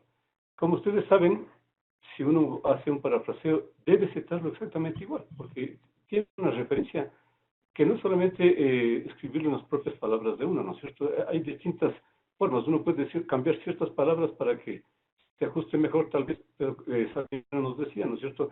En realidad lo que estamos haciendo en el parafraseo es explicarlo en nuestra propia forma, aunque la idea central es diferente, ¿no es cierto? Yo siempre utilizo en este ejemplo el concepto de que suelo dar en las clases, que es, ¿qué tal si yo quiero inventar un foco? Y entonces, yo voy a inventar un foco verde. Ese foco verde va a funcionar en tal condición, pero es una copia exacta, o más bien dicho, la idea es una copia exacta del foco que inventó Edison después de 2000 pruebas. Yo me ahorro las 2000 pruebas y hago el foco verde y digo que es mío. Ahí yo estoy haciendo una creación nueva. Y si no reconozco que el concepto y el foco tiene la misma forma y solamente yo le puse otro color, realmente estoy haciendo un plagio, digamos, de su obra directamente, ¿no es cierto? Es un cambio, le pongo de verde, pero no reconozco la idea central. Muchas veces las ideas son así. No sé si ustedes recuerdan la segunda diapositiva que yo les mencioné cuando comenzamos. El inicio es como uno arranca cuando hace con un iPad, ¿no es cierto? Se mueve el cursor como se hacía en un iPad, ¿no es cierto? Ese es un concepto que lo usamos y no estamos citando de dónde vino, en realidad se está tomando de ese tipo de cosas, ¿no? En este caso yo lo uso de una plantilla de PowerPoint que tiene esa funcionalidad. O el tema de las ventanas de Windows. En realidad el ambiente gráfico es muy distinto al que Xerox tenía en esa época, pero el concepto de Windows, de ventanas, vino desde ahí. Entonces es muy importante realmente que uno tenga la costumbre de reconocer el trabajo de alguien más. Sobre la similitud que decías, eh, no se preocupen de la similitud. El tema para mí no es la similitud. El tema para mí es que lo que debe citarse está citado. Es decir, a nosotros como estudiantes o como investigadores nos beneficia el citar correctamente, porque, como vimos en las diapositivas, le da más valor a nuestro trabajo. Aquí tengo también una historia, es bueno a veces citar estas historias. Hace años yo desarrollé un sitio web en una institución que el sitio web como tal no era tan bueno, pero las referencias que se ponían ahí eran muy buenas. Entonces había un tráfico y un uso espectacular e increíble porque todo el mundo sabía que ese sitio, que era un sitio de sanidad agropecuaria, era lo mejor que había, ¿no es cierto? Tenía referencias de todo lado. Y pasa lo mismo con un documento académico, ¿no es cierto? Si uno tiene buenas referencias y buenas citas, a uno mismo le beneficia. Es decir, yo creo que hay que darle la vuelta, como Sabino dijo al comienzo, ¿no es cierto? No debemos pensar que el sistema de control de plagio, de gestión de plagio, es para perseguir a quien plagie. Por lo menos en la universidad, ese no es el objetivo inicial, ¿no es cierto? Nuestro objetivo es educar sobre el respeto a los derechos de los demás, de nosotros mismos, y hacer un reconocimiento de todo lo que estamos aprendiendo a las personas que lo pensaron primero, digamos. ¿Ok?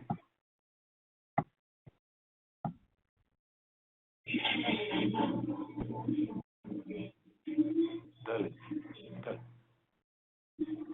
Gracias, Renato. ¿Por los estudiantes ir cambiando las similitudes o solamente pueden editar los docentes? Y si se pasa una tesis doctoral por Urkund y luego se pasa por otro sistema, ¿el resultado será el 100%? Bien. Recordando, sí, tomando referencia a la última. No, porque cada sistema tiene su propio archivo. Si yo lo mando a Turnitin, se va a almacenar en Turnitin, ¿no? Y al momento en que yo lo mande a Urkund, no va a haber conexión con el previo análisis que exista con Turnitin o con PlagScan o con cualquiera que nosotros nos usemos, ¿no? Porque cada uno de estos sistemas comparte su archivo. Ahora bien, les platico la cuestión de los estudiantes. Miren, eso también depende de las políticas institucionales.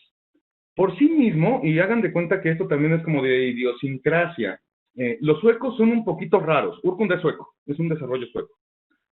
Paulatinamente han ido siendo un poquito más abiertos y se han adaptado mucho a nuestra idiosincrasia como latinoamericanos porque pues les ha ido muy bien, ¿no? Entonces, pues obviamente reciben retroalimentación y pues como técnicamente todo es posible, van adaptando al sistema a la forma en que nosotros lo vamos usando. Lo que se han sido muy enfáticos y les sorprende mucho es que se quiera abrir este tipo de sistemas para la interacción de los alumnos y que los alumnos lo puedan revisar, pero pensando como en el grueso de la población de una universidad que da estudios de pregrado, ¿no?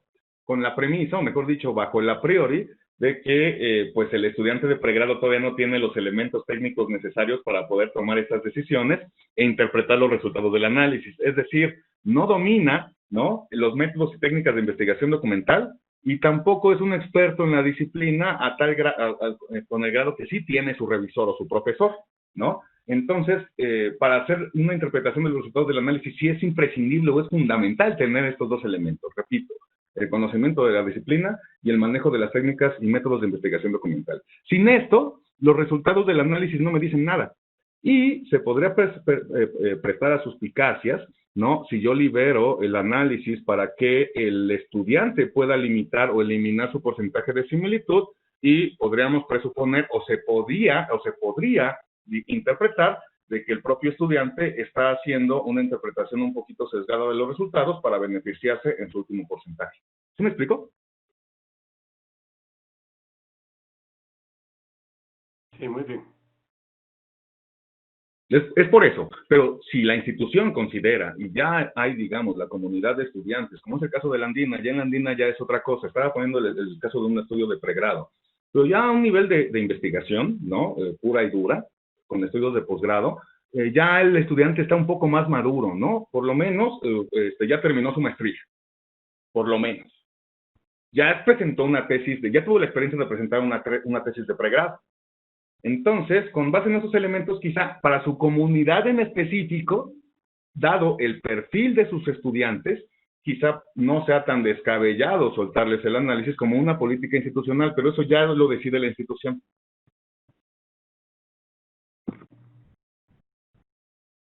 Aquí tal vez podría agregar un elemento. Claro. Que dice Sabino. Ok, muchas gracias. Nosotros tenemos en la universidad la política de abrir las casillas que sean necesarias, pero especialmente a asistentes académicos y a profesores. Pero si alguien requiere, algún estudiante de la universidad, revisar su texto, con mucho gusto me envían a mi correo electrónico y podemos subirlos a la plataforma. Pero como les digo, uno siempre tiende a pensar que si uno tiene recelo de que haya plagio es porque hay algo raro en el documento. Uno entiende que ya el documento, si se realizó como hacemos todos estos cursos de escritura y de metodología de investigación, ya observan estas características de que se cite bien y que se tengan todas las referencias para que eso mejore el trabajo. ¿Ok?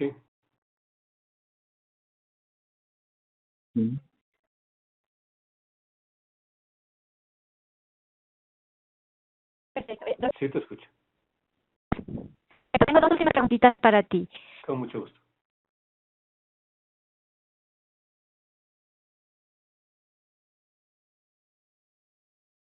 Creo que se fue el sonido. No lo escuchamos. Sí, Gaby. Gaby. Nos dice Marta, Leo mientras una pregunta que nos hacían también. Dale. Paul Pérez nos dice, alguna vez me dijeron que nadie es dueño de las palabras. Alguna vez me dijeron que nadie es dueño de las palabras. ¿Podrían aclarar mejor ese refrán para Sabino? Ah, está buenísimo, miren, me encantó esa pregunta. ¿Nadie es dueño de las palabras? Bueno, por ahí cuenta la leyenda que un tipo que pasó a la historia bajo el nombre de Michel Foucault, ¿no? Se le ocurrió decir algún día de que todo lo que pudiéramos decir en la actualidad ya fue dicho hace 1000 años por un griego, ¿no? Yo creo que eso de nadie es dueño de las palabras sí es cierto, ¿no? Pero yo creo que las ideas sí tienen dueño y las ideas se expresan en palabras. Entonces, al momento en que yo no puedo decir que yo inventé, ¿no? El concepto de modo de producción capitalista. Es imposible que lo pueda decir, pero sí puedo tomar como referencia el modelo y la metodología que define Carlos Marx bajo ese concepto de modo de producción capitalista y utilizarlo como tamiz para interpretar la realidad y plantear mi propio discurso. Y también diciendo, obviamente, que ese concepto es de Marx, ¿no? Entonces, obviamente que las palabras, nadie es dueño de las palabras porque modo de producción capitalista lo podemos decir todos, pero obviamente la sistematización de esas ideas y el planteamiento teórico para poder interpretar la realidad a la luz de ese método, pues tiene un dueño, ¿no?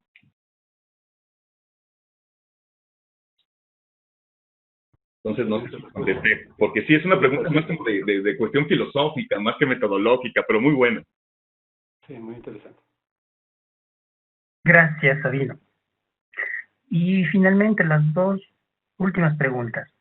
Marta nos pregunta si el gestor bibliográfico es la solución del problema de plagio. Y si constantemente hay actualizaciones de las normas DAPA, ¿cómo guiar a los estudiantes? Yo le daría la oportunidad también a Renato, porque yo contesté la anterior, para que también tenga... Renato, por favor. Y ya si necesito complemento. La primera la contesto yo y la otra te la dejo a ti. Perfecto. Muy buena tu respuesta anterior. El gestor bibliográfico es realmente muy interesante. Yo tengo otra historia más que quiero contarles de ahí. En esta clase que yo doy sobre gestores bibliográficos, hay una de las sesiones que yo le llamo la de los 4 wows, porque cada vez que uno muestra las opciones y que ve la versatilidad y la facilidad con la que uno puede capturar la información y la facilidad con la que uno puede incluirla en el texto que está manejando, uno se queda realmente asombrado. Todos los estudiantes dicen, no puede ser, tantos años que no he aprendido esto y cuánto trabajo me hubiera resuelto o me hubiera ahorrado. En efecto es así. Entonces, lo único malo de los gestores bibliográficos es que son como una cuenta de ahorros, ¿no? Es decir, para que uno pueda citar con facilidad y tenga su material, tiene que comenzar desde el primer depósito, ¿no es cierto? El primer documento que uno encuentre que le parezca interesante, subirlo a Zotero o subirlo a Mendeley, al que fuera. Y ir coleccionando todo el trabajo para que esto en su momento llegue a tener la masa crítica necesaria para facilitar el trabajo académico. Si uno no hace ese trabajo y lo quiere hacer el día anterior, haciendo como una referencia al basurero de relojes que tenía Sabino en su diapositiva 3, me parece. Si uno hace el último, ya no le sirve, porque el gestor bibliográfico es una tarea consistente que debe comenzarse y que da frutos cuando uno ya tiene una buena base bibliográfica sobre la línea de investigación que uno ha escogido y con la clasificación organizada, con los documentos puestos donde deben estar para que así uno pueda aprovecharlos. Si uno los tiene en un desorden, en una cosa en un libro, otra cosa en un papel, otra cosa en la oficina, otra en la casa, es imposible. Uno debe centralizarlo y debe manejarlo de forma profesional. Por eso un gestor bibliográfico también permite trabajarse en la nube. Al poder trabajarse en la nube, uno puede acceder desde cualquier dispositivo y desde cualquier sitio, aunque no esté en su oficina, y con eso puede trabajar de forma distribuida, ¿no es cierto? Esa es la gran ventaja de tener y de ir creando un gestor bibliográfico para el trabajo académico. Dale, Sabino, te toca. Así es, gracias Renato. La última, ¿cuál era? Que se me fue la idea. La última pregunta, la primera estuvo buenísima. Listo. Si constantemente hay actualizaciones de las normas APA, ¿cómo guiar a los estudiantes? Hay que estar al pendiente. Ahorita vamos en la 7, ¿no? Y no tengo certeza cada vez que tanto se actualiza. Pero, ¿en qué rango de tiempo, por ejemplo? Pero, si no me equivoco, de la edición 6 a la 7 pasaron como unos 4 o 5 años. Ya si alguien por ahí tiene el dato correcto, que me corrija, en caso de que esté diciendo barbaridades. Pero si hay actualizaciones periódicas de la edición, si hay cambios, o sea, por ejemplo, en la última edición ya no tenemos que incorporar DOI, ni tampoco, tengo entendido, ni tampoco decir cuál fue la fecha de consulta. Antes era parte de la normativa. Entonces, estar al pendiente, pero miren, yo la verdad sí apelo mejor, en lugar de estarnos aprendiendo de memoria y consultar a cada rato el manual APA, que sí es importante, pero miren, tal como dice Renato, cuando yo incorporo el gestor de bibliográfico, el gestor de referencias a mi flujo de trabajo, ya no tengo ni que estar al tanto de las actualizaciones porque es en el momento. Yo le puedo dar la indicación al gestor que me cite en formato APA, si quiero, en la primera edición, o si quiero en la última 7, porque ya tiene precargados todos los estilos de citación y también tiene las plantillas para darle formato a nuestro manuscrito. Es decir, por ejemplo, yo uso EndNote. EndNote ya tiene definido, además de todo ese repertorio de estilos de citación, tiene también las plantillas que se definen para darle formato en cuanto a la sangría, la tipografía, el espaciado. ¿Sí me explico? Que también esto se considera en el estilo de citación. Miren, yo les recomiendo esto, mejor, pues no es por hacer el comercial, ¿no? Mejor asistamos a nuestro curso de gestores bibliográficos, tengamos a la mano o sea, nuestra última edición del manual APA, pero para evitarnos, digamos, esa curva de aprendizaje y abatirla lo máximo posible, pues qué mejor que incorporar la tecnología. Muchas gracias Renato y Sabino por sus exposiciones. Con esto hemos finalizado este webinario. Si tienen tal vez algún comentario final para poder cerrar el evento.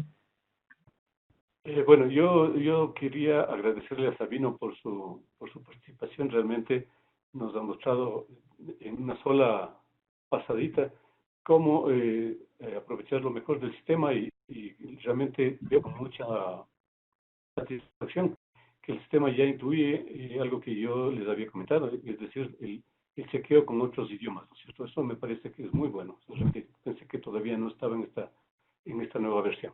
Agradecer a Sabino y además agradecer a todos los participantes porque nos agrada realmente poder compartir conocimientos y creo que es parte de la idea que la UGEB está impulsando ahora, especialmente con esta idea fue que Jorge Valladares nos invitó a hacer este evento y realmente ha sido muy ilustrador, muy interesante. Muchas gracias.